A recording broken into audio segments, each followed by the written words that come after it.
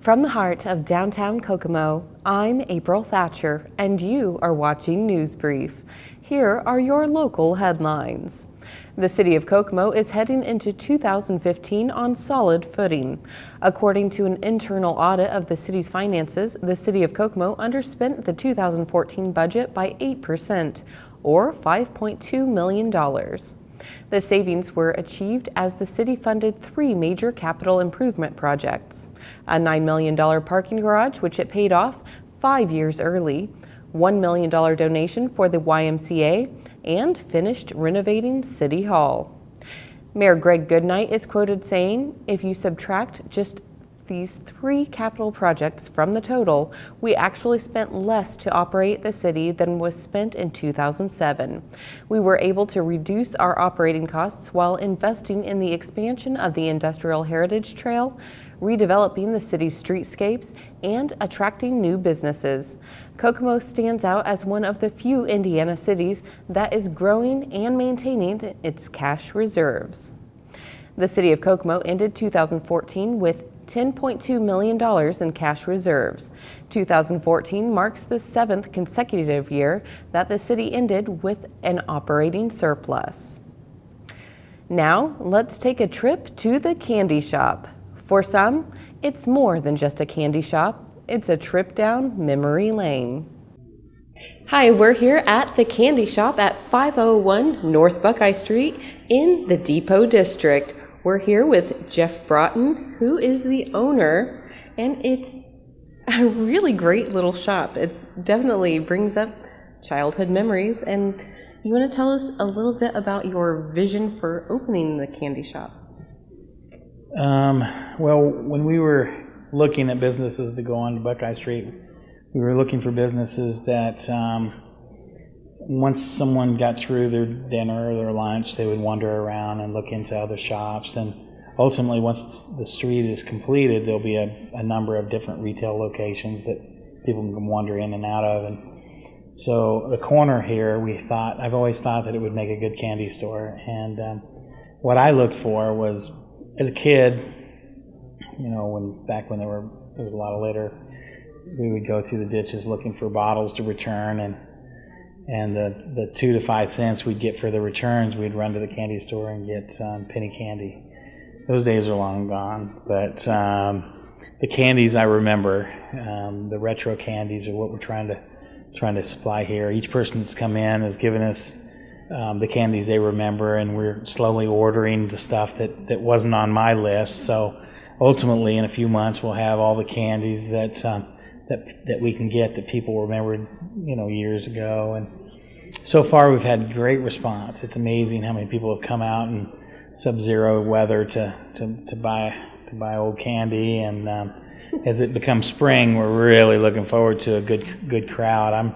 I'm not the type of person that probably would own a candy store, but as a developer, I like to see the businesses full, and ultimately, hopefully, there'll be someone in here that has a passion for a candy store, and this can be all theirs. But anyway, so far it's gone well.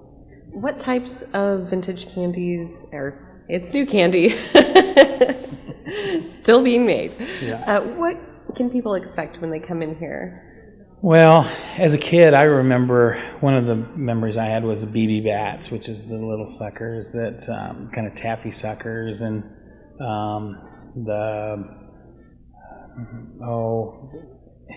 everything from jelly beans to Chuckles to Zero Bars to Chunky. Those are all things I remember. Some of the candies that we have here are retro, but as a kid, I didn't buy them, but a lot of people that have come in here are pretty satisfied with the types of candy that we have. So. And there's rock candy, which is one of my favorites, which it's not very easy to find. Is that right? Yeah, well, it's beautiful just sitting in the jars here. Yeah. So it reminds me of a science experiment. To each their own, right? Right. And saltwater taffy. We have a lot of saltwater taffy, and that's one of my favorites. And ultimately, we'll have just probably double the volume and different types of flavors. I mean, they have everything from maple bacon flavor, which is crazy, to habanero. So it's crazy. And then what's new now is all these kind of trinkets, the candy trinkets, where someone told me, they said, hey, I was in your candy store and there was a candy toilet in there. And I said, no, there's not a candy toilet. And sure enough, I came back and candy toilet. So the candy cigarettes is kind of a double-edged sword, because no one likes to see their kids with candy cigarettes. But on the flip side, as a kid, we all loved them. So I usually ask the parents before I give the kids the candy cigarettes. So. Okay, well, and excuse me, your hours are something that we were going to discuss. Right now, they're not entirely regular. Well, they're fixed right now. We're open Saturday and Sundays, and then we're open Wednesday through. The only days we're closed is Monday and Tuesday. But we're trying to find our feet here. We're looking for the hours that work, that gives everybody an opportunity to come in and browse. But at the same time, there's no reason for us to be open all day when kids are in school and everyone's at work. The last place they're thinking about is a candy store. So we want to be available for people that come down for lunch, and on the weekends when people come down here kind of wandering around. But if it looks like that we need to expand our hours, of course we will. And in the summer months we plan to anyway. Mm-hmm. Well, come on down to the Depot District on Buckeye Street to visit all of these great businesses, as well as the candy shop. You can have many restaurants, a hair salon, and bakeries. So come on down. Since January 1st, 2008, the city of Kokomo has seen a 24% reduction in major crime reported. Murders were down 55%, and thefts of motor vehicles saw a decline of 47%. For the period reported, crimes were down in a number of categories, including sexual assaults, robbery, burglary, aggravated assaults, and theft. Mayor Goodnight credits the improvement to the Kokomo Police Department's increased presence in neighborhoods throughout the city. The city is taking a strategic approach to redevelopment, aggressive code enforcement, and eliminating blighted properties, all of which help curtail crime.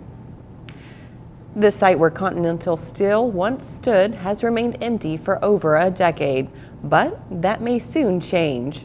All signs are pointing towards the arrival of a solar energy farm in Kokomo by the end of the year.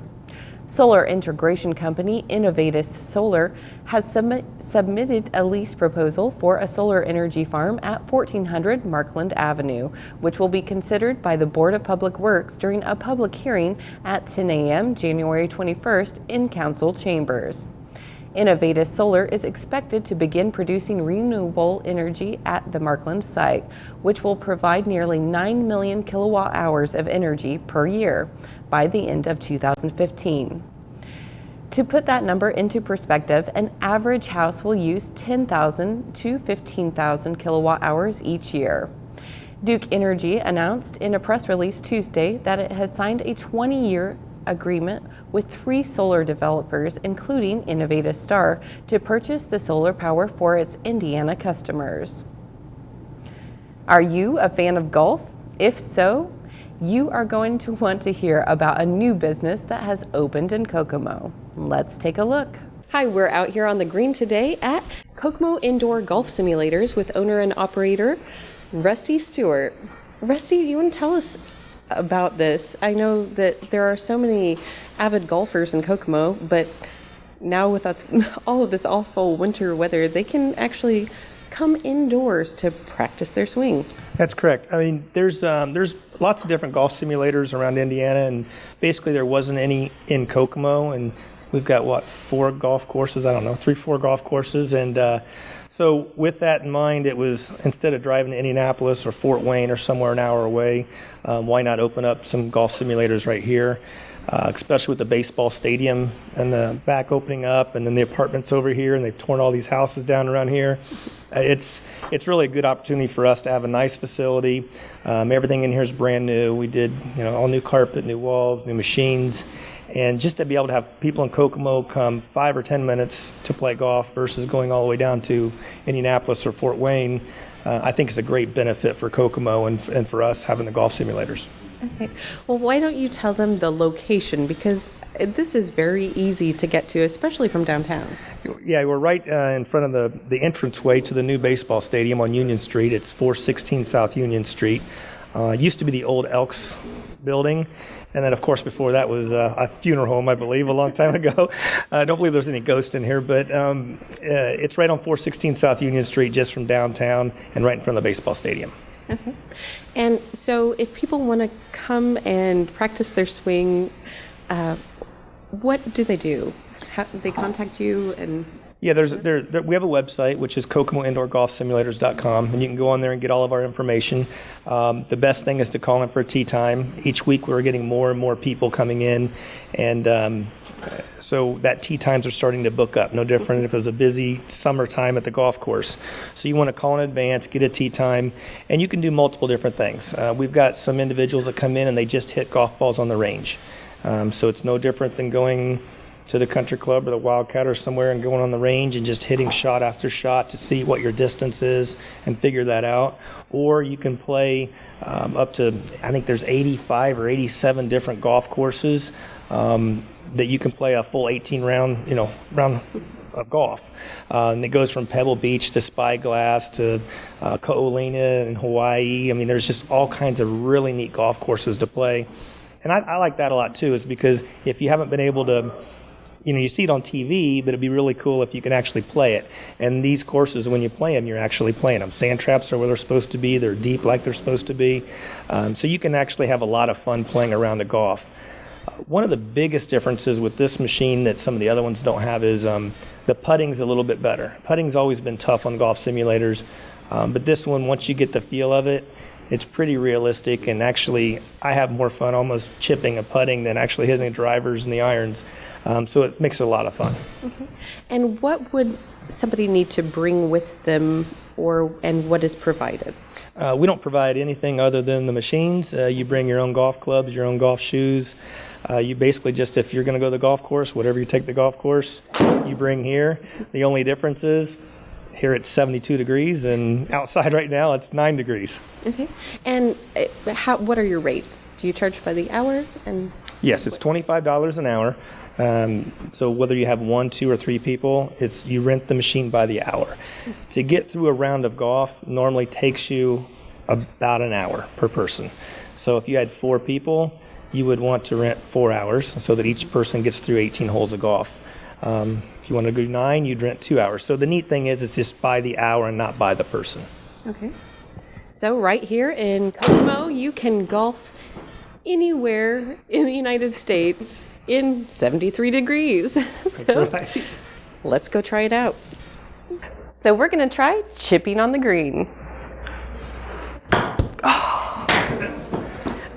That was a really fun activity, and Stuart says that Kokomo Indoor Golf Simulators will soon have screens so that you can see yourself and perfect your swing. NIPSCO is alerting customers of an increase in bill payment scams. Most commonly, impersonators claiming to be NIPSCO employees are calling to inform customers of a delinquent bill and requesting that immediate payment be made to avoid being shut off. If customers are unsure about the legitimacy of an email, phone call, program, or offer claiming to be affiliated with NIPSCO, please call NIPSCO's 24-hour customer service center at 1-800-4-NIPSCO, which is also 1-800-464-7726. NIPSCO reminds customers who are uncertain of their current account status that they can check the information printed on their recent billing statement. Call NIPSCO to speak directly with a customer service representative or register and view their bill on NIPSCO's secure website. And now for your 5-day forecast. Tuesday, rain showers in the morning, then a few showers in the afternoon, high of 37. Tuesday night, cloudy with snow showers developing after midnight. Wednesday, overcast with a high of 31. Wednesday night, mostly clear during the evening, followed by cloudy skies overnight, low of 24. Thursday, cloudy with a high of 28. Thursday night, mostly cloudy skies with a low of 19. Friday, intervals of clouds and sunshine, high near 25. Friday night, partly cloudy skies during the evening will give way to cloudy skies overnight, low of 17. Saturday, mostly cloudy with snow showers around in the morning, high of 33. Saturday night, mostly cloudy with light freezing rain becoming likely after midnight, low of 26. Thank you for watching News Brief. Be sure to tune in to Indiana Talks Radio for more local news on the hour. For Kgov2 and the City of Kokomo, I'm April Thatcher. And here is your community calendar.